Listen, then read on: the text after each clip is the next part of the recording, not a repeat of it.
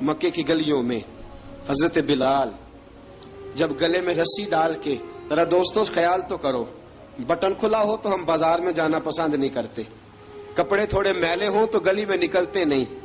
بلال تو مہذب آدمی ہے، سنجیدہ آدمی ہے، یہ کیا ہو رہا؟ حضرت بلال کے گلے میں رسی ڈال کے نا جب مکے کی گلیوں میں وہ نوجوان دوڑایا کرتے تھے، حضرت بلال رضی اللہ تعالیٰ عنہ کے قریب سے گزرتے تو گزرنے والے بھی عجیب بات کرتے، کوئی کہتا ذرا اور کلمہ پڑھ، کوئی کہتا بلا اب اپنے خدا کو تجھے بچائے، کوئی کہتا بلال تجھے کیا ضرورت پڑی تھی یہ سارا کچھ کرنے کی۔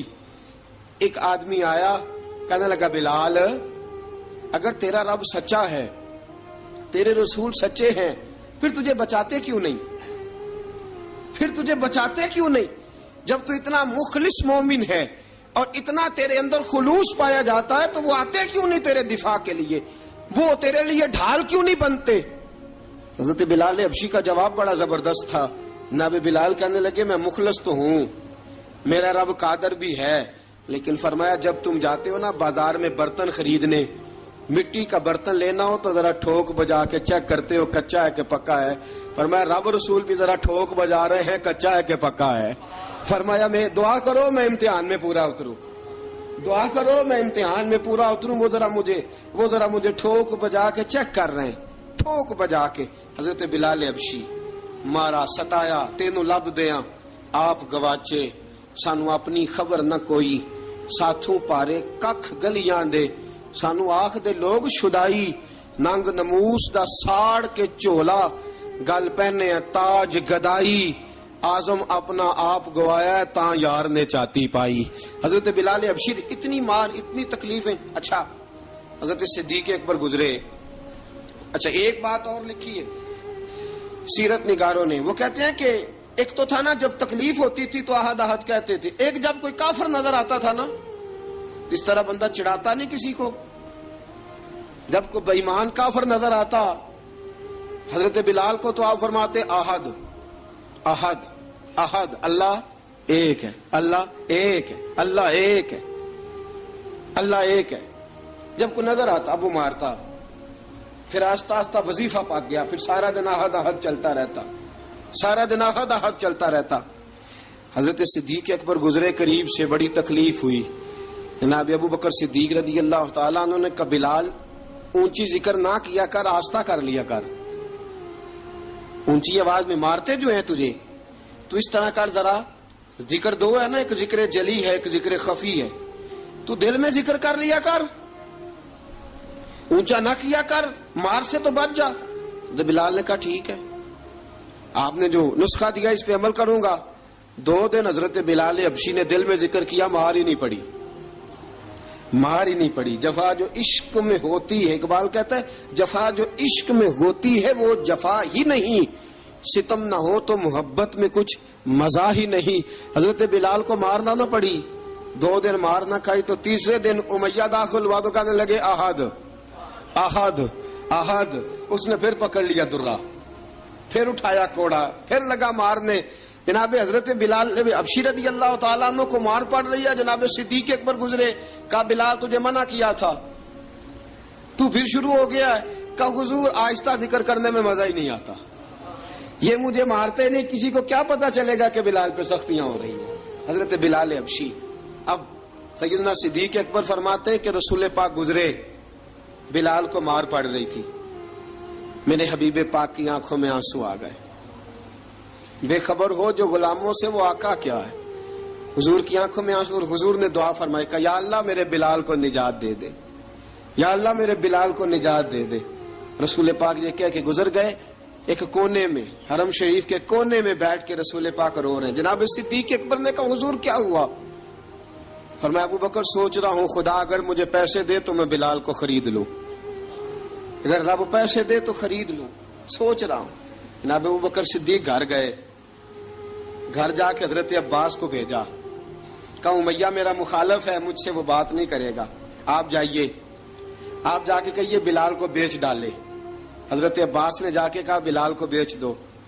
کہنے لگا میری قیمت بہت زیادہ ہے، 50 دینار کا میں نے خریدا ہے اور میں منافع لے کے بیچوں گا۔ حضرت عباس نے آ کے جناب صدیق اکبر کو بتایا تو ابوبکر صدیق فرمانے لگے چل مجھے ساتھ ہی لے جا دیکھ لیتے. پہنچے. جب ابوبکر صدیق کو آتے دیکھا نا تو چڑ گیا. کہنے لگا ابوبکر اگر تو بلال کو خریدنا چاہے تو وہ جو تیرے پاس رومی غلام ہے وہ مجھے دینا پڑے گا, 2 لونڈیاں اس کے ساتھ دینی پڑیں گی, اور یہ 50 دینار کا ہے, میں تجھ سے 2000 دینار لوں گا. 50 دینار کا ہے, 2000 دینار لوں گا. حضرت صدیق اکبر رضی اللہ تعالیٰ عنہ نے فرمایا مجھے منظور ہے, مجھے منظور ہے, منظور ہے مجھے. تو ابوبکر صدیق نے وہ تینوں غیر مسلم غلام لیے, 2000 دینار لیے. حضرت عباس نے بھی کلمہ نہیں پڑھا تھا. کہنے لگے ابوبکر تو کامیاب تاجر ہے, کیا کرنے لگے ہو؟ تو حضرت ابوبکر صدیق کہنے لگے آپ نے بھی کلمہ نہیں پڑھا, آپ کو اس سودے کا پتہ نہیں, آپ ابھی اس لذت آشنائی سے واقف نہیں, آپ نے بھی یہ ذائقہ چکھا نہیں, آپ ابھی اس راہ سے گزرے نہیں, آپ کو پتہ نہیں یہ بھی ایک ذائقہ ہے, یہ بھی ایک سودا ہے, یہ بھی ایک لذت ہے, یہ بھی ایک گہرائی ہے, یہ بھی ایک مزہ ہے, اس کا بھی آپ کو علم نہیں, آپ نے کلمہ نہیں نہ پڑھا. محبت کو سمجھنا ہے تو نہ سے خود محبت کر, کنارے سے کبھی اندازہ طوفان نہیں ہوتا. فرمایا ابھی تو راہ گزر میں ہے, کہتے مقام سے گزر, ابھی ذرا آگے چلیں گے نا, جب آپ کلمہ پڑھیں گے تو آپ کو پتہ چلے گا. حضرت سیدنا بلال حبشی کو لینے کے لیے صدیق اکبر پہنچے, 2000 دینار, 3 غلام پڑھے لکھے سیانے سمجھدار. جب دیے نا تو امیہ کھل کھلا کے ہنسا, کہنے لگا ابو بکر بڑے گھاٹے کا سودا کیا تو نے, ابو بکر تو نے بڑے گھاٹے کا سودا کیا ہے. یہ پڑھا لکھا مجھے دے کے جا رہا ہے اور یہ ان پڑھ تو لے کے جا رہا ہے, یہ خوبصورت رومی غلام دے کے جا رہا ہے اور یہ حبشی کالے رنگ کا تو لے کے جا رہا ہے, اور 50 دینار کا غلام 2000 دینار میں تو لے کے جا رہا ہے. اتنے گھاٹے کا سودا, اتنی بڑی نادانی. حضرت جناب سیدنا صدیق اکبر رضی اللہ تعالیٰ کہنے لگے امیہ تو کافر ہے, لیکن تو نے ابھی بھی پیسے تھوڑے مانگے ہیں, تو نے بلال کا رنگ دیکھا ہے, میں نے مصطفیٰ کے عشق کا رنگ دیکھا ہے. فرمایا تو ابھی اس کے رنگ میں الجھا ہوا ہے, اور میں جو اس کے باطن کا حسن ہے وہاں تک پہنچ گیا ہوں. حضرت سیدنا بلال حبشی رضی اللہ تعالیٰ عنہ ساتھ کھڑے, ابوبکر صدیق رضی اللہ تعالیٰ عنہ نے ارشاد فرمایا اگر میں یمن کا حکمران ہوتا, یمن کا بادشاہ ہوتا, اور تو مجھے کہتا کہ بلال میں تب دوں گا جب تو مجھے یمن کی حکمرانی دے گا, فرمایا میں تجھے یمن کی حکمرانی بھی دے دیتا لیکن بلال کو ضرور خرید کے لے جاتا. حضرت بلال حبشی